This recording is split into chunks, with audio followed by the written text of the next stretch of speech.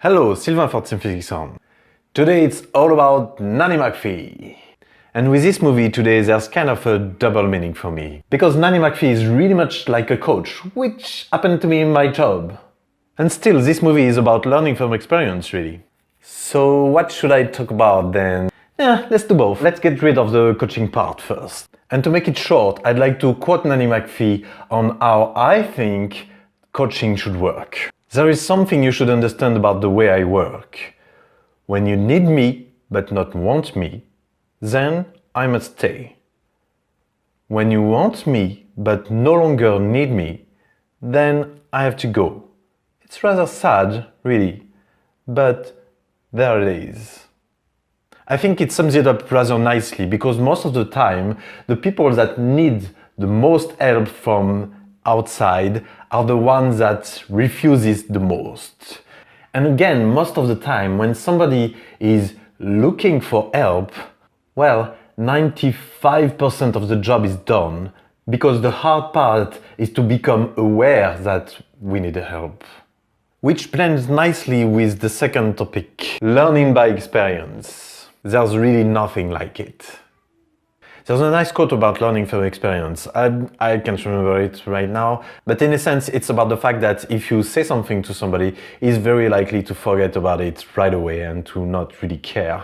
If you share a story, well, this person might see your point and relate to its own experience, but at the end of the day, if you really want to share an idea, you have to put your team immersed into a real experience altogether. That's really the way we are built. We evolved through thousands and thousands of years, all through experience and selection. So that's now how our brain is structured to learn from fact, from things we see, from things we feel, from things we touch, from things we go through on our own. So there's really no point to spending hours to convince somebody to change his mind.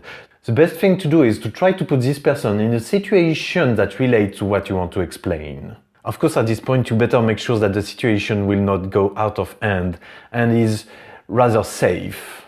But then once the facts are there, it's easy enough to just take this person apart and to talk with her and to relate to the fact. At this point, it shouldn't be too difficult to discuss about what happened and at least to get the person to open a little bit more. Now, it doesn't always work magically, for one. And for two, you might be surprised of the outcome because, well, we are all human and sometimes you will be right and the experience will talk for you. But sometimes the initial parameter of the situation will not be the same and the output might just be good, even if you expected it to go wrong. Now, that's the beauty of our world. It's full of surprises. But with time, accumulating different experiences, we are able to understand how things work and to extrapolate from that. At least in environments that don't change too fast, which is definitely a big part of the challenge those days.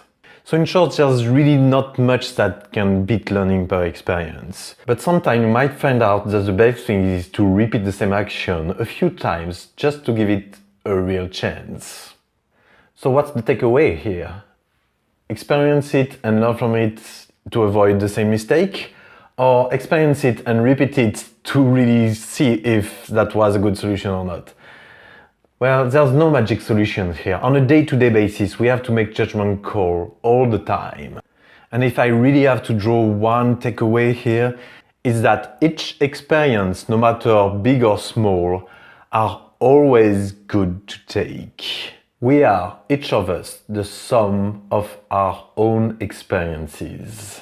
And that's why it's good to regroup with persons that have different experience from ourselves so we can build on them and share a few new experiences to learn together. With this nice, warm conclusion, I hope to see you next time. I think it sums it up rather nicely because I